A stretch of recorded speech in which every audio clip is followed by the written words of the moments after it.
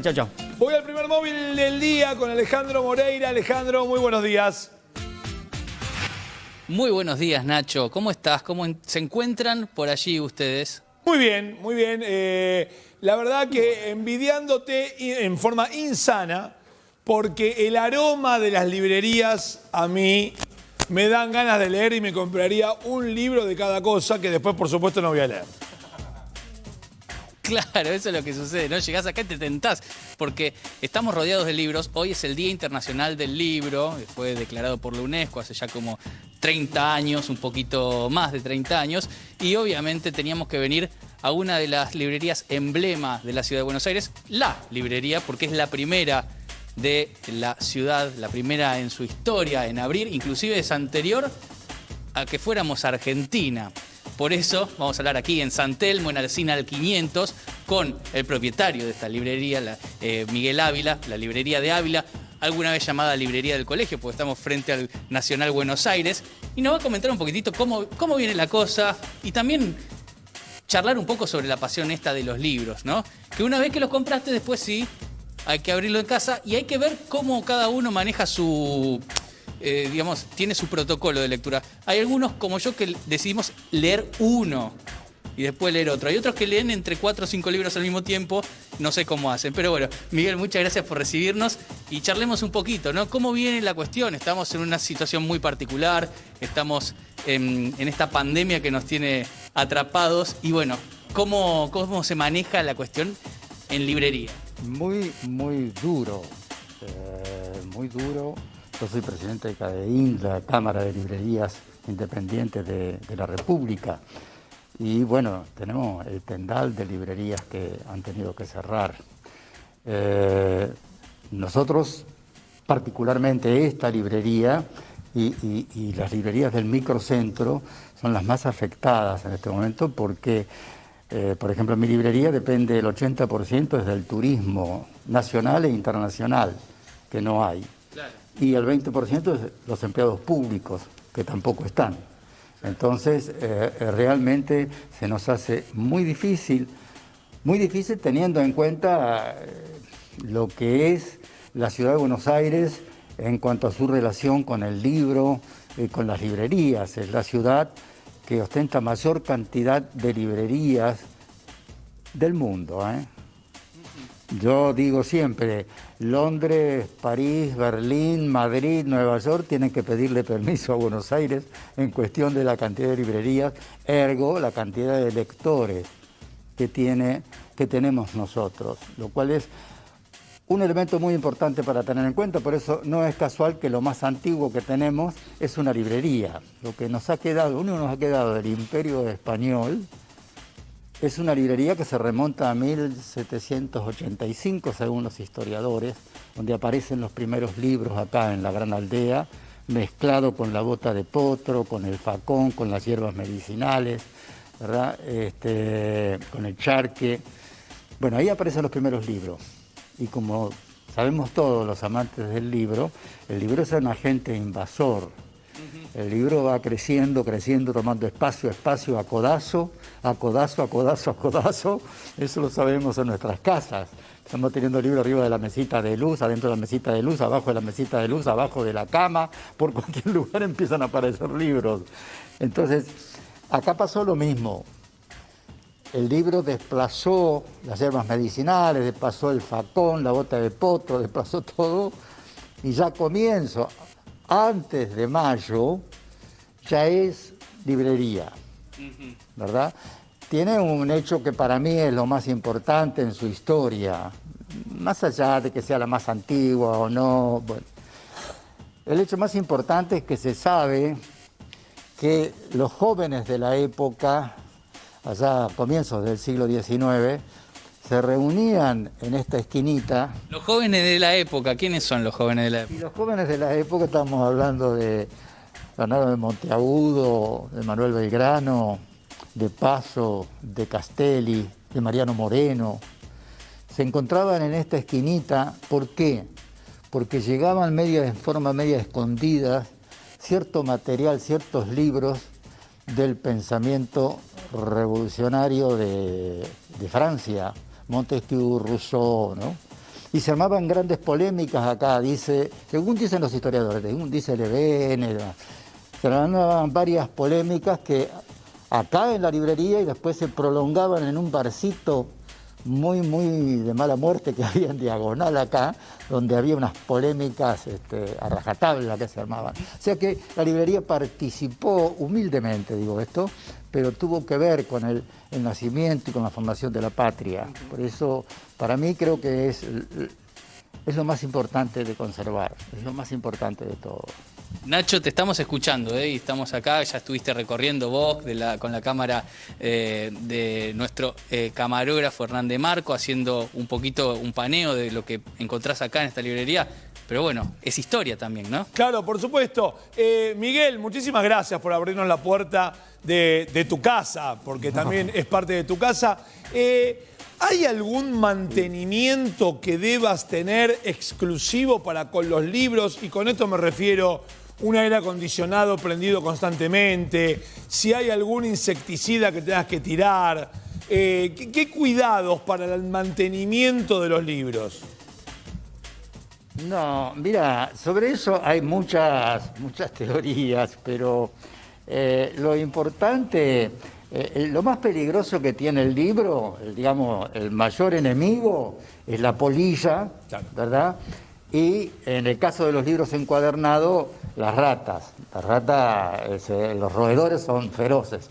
Sí, es conveniente tenerlos ventilados, de vez en cuando algún desinfectante, eso es lo que aplicamos nosotros y eso más o menos lo va conservando. Pero vuelvo a repetirte, no hay una fórmula exacta, ¿eh? No. Hay libreros que aplican una cosa, otros aplican otra cosa, pero lo importante es tenerlos, de vez en cuando ventilarlo. Por ejemplo, una buena costumbre es periódicamente un domingo a la mañana decir, bueno, voy a acomodar la biblioteca. Y entonces entrar a agarrar, a ventilar, a abrirlos, los libros, a apilarlos, que se ventilen. Eso es muy bueno y fundamentalmente para los libros encuadernados, que son los más peligrosos, ¿no? Lo que es más difícil de mantener.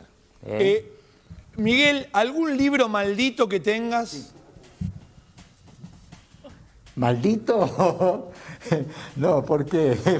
No, viste que, no, digo tipo película, viste que siempre hay en Hollywood que no, el libro buscado que escribió alguien que contiene una verdad universal, que de eso depende la libertad del mundo. Mira, ayer se llevó un cliente nuestro un libro, el autor es Pagliaro, como Gianfranco Pagliaro, bueno, sí. Pagliaro, que se llama Il Fascismi, que está editado en 1928, que fija las bases de la ideología fascista. ¿Entendés? Fue uno de los libros de cabecera, así como yo, por ejemplo, no exhibo jamás, por conducta y por ideología, Mein Kampf, mi lucha, claro. Hitler. El mito del siglo XX de Rosenberg. Claro. Entonces, hay libros que, por una cuestión ideológica y de respeto, no son, podríamos decir, los libros malditos, los libros que no... Claro, ni siquiera lo tenés. Y no se puede vender. Mein Kampf no lo tenés siquiera. No, yo cuando me aparecen, pues nosotros compramos muchas bibliotecas, claro. De ahí por eso tenemos libros variados de distintas épocas, porque al comprar bibliotecas aparecen libros desde el 1600, 1700, 1800, libros muy agotados, libros raros, pero por ejemplo, yo las veces que he tenido Mi Lucha, alguien viene y me pide Mi Lucha, le digo, no lo tengo. No lo tengo. O Los protocolos de los sabios de Sion. Digo, no lo tengo, yo no lo vendo, no promuevo eso. Claro. Porque no estoy de acuerdo ideológicamente, además, claro. ¿Entendés? Entonces, por supuesto, soy coherente con lo que es mi librería. Mi librería está especializada en libros de historia argentina y americana, pre y poshispánica, toda la parte de arqueología, antropología y lingüística de nuestros pueblos originarios, digamos, porque yo además... ideológicamente tengo mucho que ver con eso. Mi hija es antropóloga y bueno, nos gusta el tema, a mí me gusta mucho nuestra historia y toda la historia de América, y trato de que mi librería tenga en lo posible mucho de este material, ¿no? Las primeras publicaciones acá, yo tengo bandos de la imprenta de los Niños Expósito, tengo primeras ediciones de Borges, de Bioy, en fin, es una proyección. Es como la ropa, es una proyección de la piel. Claro, Mi librería es la proyección de mí mismo. Miguel, ¿y hubo algún libro que te costó conseguir, que decía que te llevó años tratar de conseguir hasta que un día apareció y tuviste uno? No, sí, hay varios. Ahora me preguntaste esto de un golpe y me cuesta recordar, pero sí, yo he tenido libros que cuando los he encontrado, los he tenido en mis manos. Bueno, por ejemplo, conseguí el año pasado la primera edición de, para mí, una de las novelas que pintan toda América, que es 100 años de soledad. Encontré la primera edición, la de 1967, ¿sabes? Y sí, la tengo. Hecha acá, editada acá. La tengo y no la vendo. La tengo y no la vendo. Es una novela que yo la he leído infinidad de veces y bueno, y para mí es un placer enorme tenerla. Como tener ciertos libros de Bioy, primeras ediciones, porque yo nunca me consideré amigo, quiero hacer la salvedad.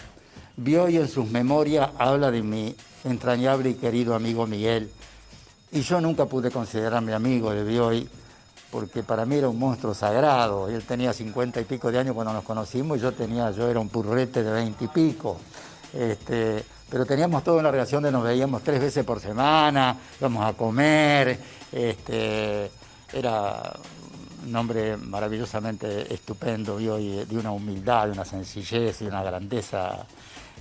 Un gusto y un placer que me dio la vida y me dio el libro me dio la posibilidad de ser lo que soy, porque yo no voy a entrar en mi historia personal, pero bueno, a mi padre lo conocí hace 20 años y mi madre nunca me pudo tener con ella, así que anduve en la calle mucho. Y el libro fue el que me rescató, el libro el que me salvó la vida, y el libro me conectó con mucha gente, mucha gente, y he conocido mucho. He conocido a Fermín Chávez, lo he tratado muchísimo, a Arturo Jaureche, al doctor Frondizi.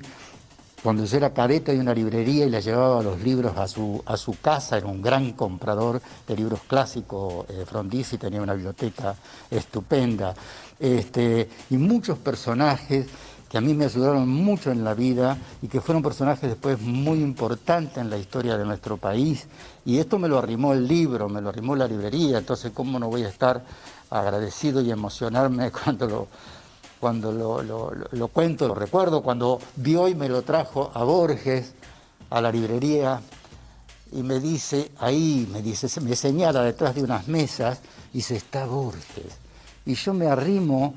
Eran unas mesas en el fondo que teníamos, que era tipo laberinto, muy coherente con Borges. Y arrodillado ahí con un libro colocado, era donde todavía él veía algo, y me le paro al lado y le digo, yo temblando de vergüenza, le digo, hola Borges.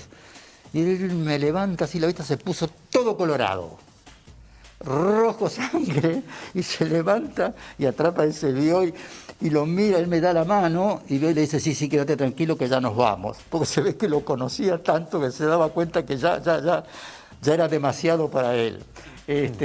Lo mismo cuando conocí a Ernesto Cardenal, el que viene mucho, ahora un poco más extendido, pero que venía mucho, Jean Manuel Serrat. Él decía que era su amigo, el librero. Bueno, no sé, muchos recuerdos. Qué historia, Nacho. Totalmente, qué historias. totalmente. Para quedarse hablando 2 horas. Pero lamentablemente nos tenemos que ir, Alejandro. Agradecerle a Miguel. Miguel, te agradecemos enormemente poder haber entrado en tu casa, en tu librería, en esta librería tan importante para lo que es la cultura en general aquí en Buenos Aires y seguramente en el país. Abrazo enorme, que tengan un gran fin de semana. También día. vos, Alejandro. Me voy al segundo móvil ahora con Willy Quirós. Willy, muy buenos días.